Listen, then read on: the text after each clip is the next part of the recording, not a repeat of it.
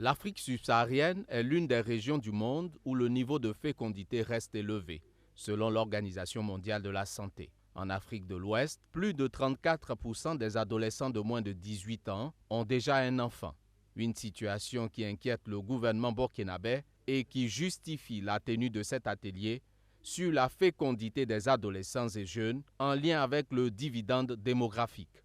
Un atelier piloté par la Direction générale de l'économie et de la planification. Il vise à analyser les résultats de l'étude afin de trouver des solutions pour faire face aux conséquences liées à ce phénomène. Cet atelier vise essentiellement à présenter les résultats d'une étude qui a été conduite concomitamment par le gouvernement et l'UNFPA sur bien sûr la situation de la fécondité des jeunes filles et des jeunes femmes au Burkina Faso.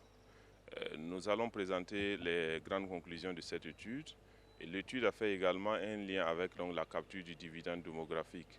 Autrement dit, la possibilité qui est donnée à ces jeunes-là à partir de tout ce qui est fait en termes d'éducation, de santé, d'organisation et en termes de formation professionnelle pour qu'ils puissent contribuer à créer de la richesse, à développer effectivement des secteurs productifs, mais également contribuer au développement économique et social du Burkina Faso.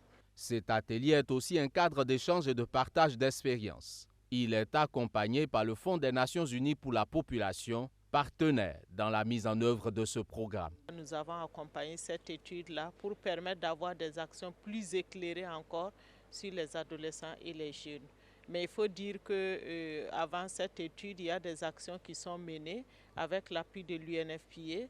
D'abord pour aider les adolescents et les jeunes à avoir accès à des informations sur la santé sexuelle et reproductive, à avoir accès aussi aux services de santé sexuelle et reproductive et également les aider dans leur autonomisation pour permettre de s'auto-prendre en charge.